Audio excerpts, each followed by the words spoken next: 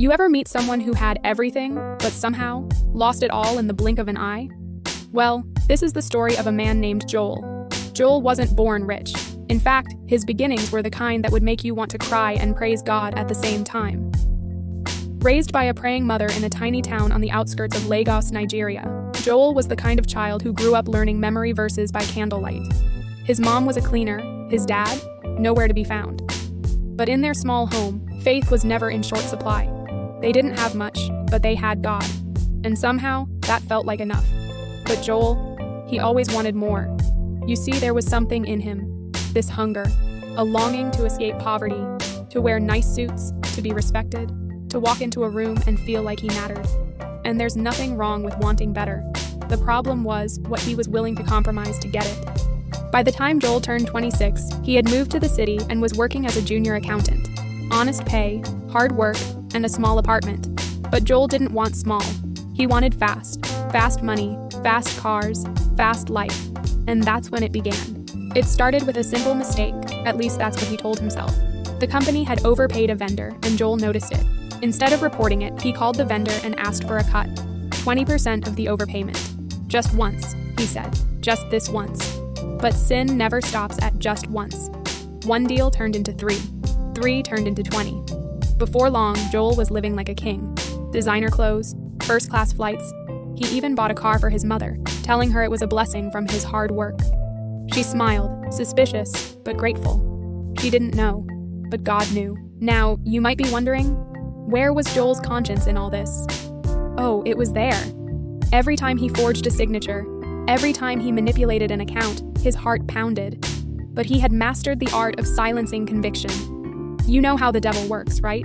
He doesn't show up with horns. He comes dressed like opportunity, dressed in gold. Joel stopped going to church. He didn't have time. Or so he told himself. He claimed God understood. But truth was, he didn't want to feel the weight of his guilt sitting in a pew, pretending to worship the God he was betraying Monday through Friday. But let me tell you something. God will never stop chasing his children. Never. One day, Joel met Ada. She was different, beautiful, yes, but also deeply grounded. She was a lawyer, and unlike most people in his circle, she wasn't impressed by his money. She asked real questions, deep questions. Do you still pray? What drives you? Is this really who you are? For the first time in years, Joel felt exposed, but also seen, and somehow, that terrified him. Ada wouldn't date him unless he got his life right with God. She made it clear, she didn't need a rich man. She wanted a man of faith. Joel tried to fake it at first. He even went back to church for a few Sundays, lifted his hands, dropped fat envelopes in the offering basket. But deep down, he knew he hadn't changed. And then, everything came crashing down. It started with an audit, just a random check by the head office, or so he thought. But as they dug deeper, the numbers stopped making sense.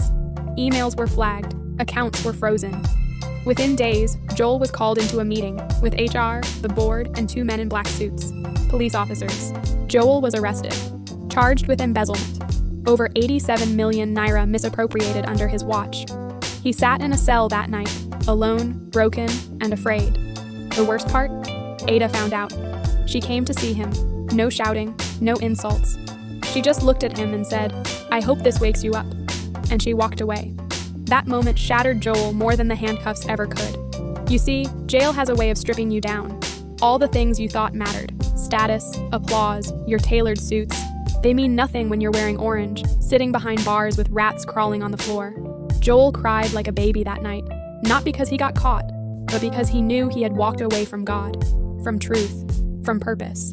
And it was in that darkness that something beautiful happened. One of the inmates handed him a tattered Bible, no cover, half the pages missing. But right there in Matthew 16:26, he read something that pierced him. What does it profit a man to gain the whole world and lose his soul? Joel wept. He wept so hard he couldn't breathe. That night, he dropped to his knees and prayed a prayer he hadn't prayed in years. Lord, I messed up. I don't deserve your mercy, but I'm begging for it. Not to get me out of jail, but to bring me back to you. I miss you. I need you. Forgive me, Jesus. And you know what? God heard him. Joel spent 3 years in prison. During that time, he led Bible studies. He learned carpentry. He wrote letters to his mother. Real letters, not just money. He even wrote Ada once, told her he understood if she never wanted to speak to him again. She didn't reply, but Joel kept growing, kept praying, kept becoming a new man.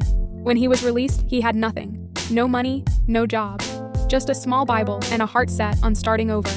He returned to his hometown, helped his mom at the local church, and started making furniture from a neighbor's shed.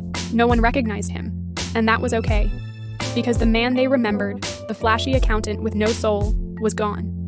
In his place was someone humble, redeemed, real. One day, as he was stacking wood outside the shed, a familiar voice said, "That's not the Joel I remember." He turned. It was Ada. She'd heard he was out, came to see for herself. They sat on a bench, said nothing for a long time. Then she spoke. "You really changed." Joel nodded. "God broke me, but he rebuilt me better." She smiled. "I see that now." They didn't rush back into love. They took it slow, friendship, Bible study, prayer. 2 years later, they got married, in a small church with wooden benches and no chandeliers, no designer suits, no limousines, but plenty of joy, plenty of grace. You know what's wild? Joel now runs a faith-based carpentry business. Every table, every chair is engraved with a verse. He calls the company Redemption Woodworks, and he hires ex-convicts, people who need a second chance, because he remembers. He remembers what it feels like to lose yourself chasing gold. But more importantly, he remembers the grace of a God who never gave up on him. So, maybe you're listening to this and you've made some bad choices.